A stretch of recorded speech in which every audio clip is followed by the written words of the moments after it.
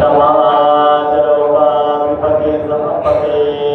อาตัญชลีอานันติวังอาญาจักขา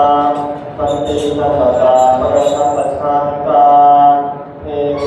ตุตุมังอารุกาภิมาปัสสัง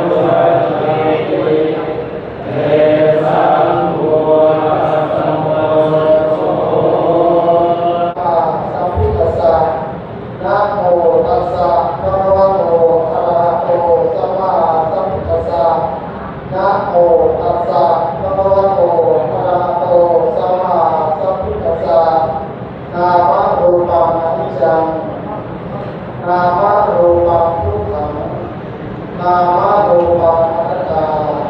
อิมังปังสุโขทิวรัง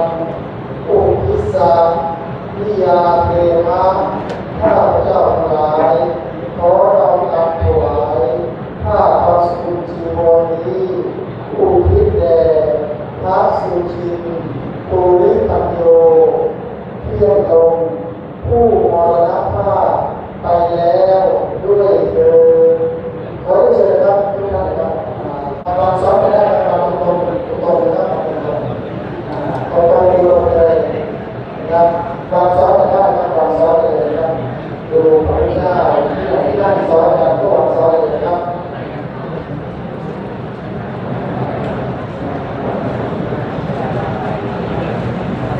วางซ้อนไม่ได้ครับวางซ้อนแล้วนั่งอยู่ก่อนครับนั่งอยู่ก่อนครับอยู่ระหว่างจะเดินของพระพุทธเจ้าครับวางซ้อนเลยครับวางซ้อนเลยนั่งไม่ได้ไม่ยืนได้อยู่โอวาทิโตวานิโรสันติเอสังโฆตัสสะโมสุโขทุกท่านยกไว้ทุกหนึ่งปานังปรมัตถทานังอาสวะพยวหัง